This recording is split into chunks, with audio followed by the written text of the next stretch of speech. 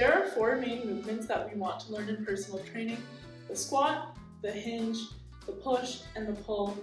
I'm going to teach you how to do all of those today. So what we're going to start with is a squat. That looks like bending your knees and bending your hips down all the way. First of all, your feet are planted firmly on the ground, toes slightly pointed out. You're making contact with all 3 parts of your feet. So that means front inside part, front outside part, and your heel. The second thing that you want to make sure is that your back is staying neutral throughout the entire movement. This is the biggest thing that we can do to prevent injury. So again, feet shoulder width apart, toes slightly pointed out, and you're going to go down all the way as far as you can with your back neutral. You can see a straight line going down my back. The third thing that we want to think about is making sure that our knees are tracking with our toes. What you don't want to do is go down, and as you come up, have your knees come in like that. You've mastered the bodyweight squat using those 3 cues. We're going to start learning how to brace our core. So bracing our core is really important because it makes sure that your spine stays stabilized throughout the whole movement. Take a deep breath in and push your stomach out as if you're coughing. So I want you to practice that with me. You see how my stomach comes out? That's exactly what I want you to think about as you're doing this. The other thing that you can think about is moving. It's that same movement in your core. So what you're going to do is add this to the squat. You're going to take a deep breath in.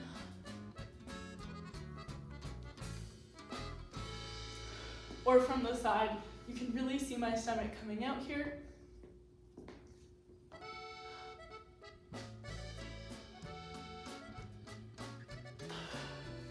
With this core brace, it's really important that you make sure to hold that brace throughout the entire movement.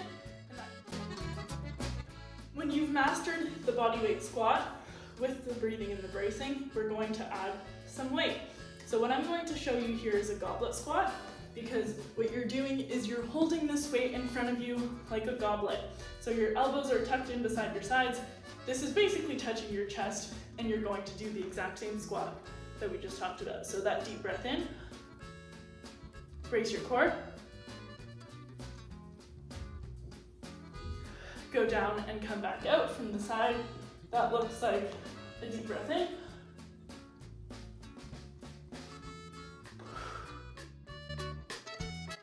When you're able to master a goblet squat with around 30 to 35 pounds, that's when we can move on to a barbell squat. The beauty of a barbell is that you're able to put a whole lot more weight onto your back than you are able to hold up in your arms like you do with a goblet squat.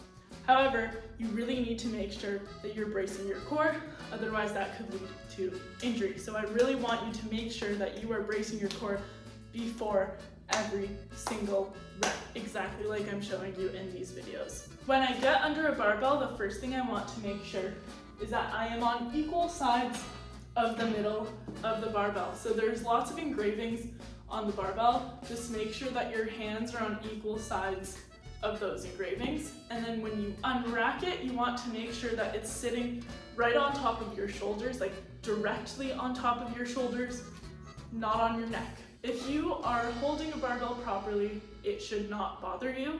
If it starts to hurt, it's because you're holding it on your neck. So then what we do from here, you put it onto the right spot of your shoulders, stand up.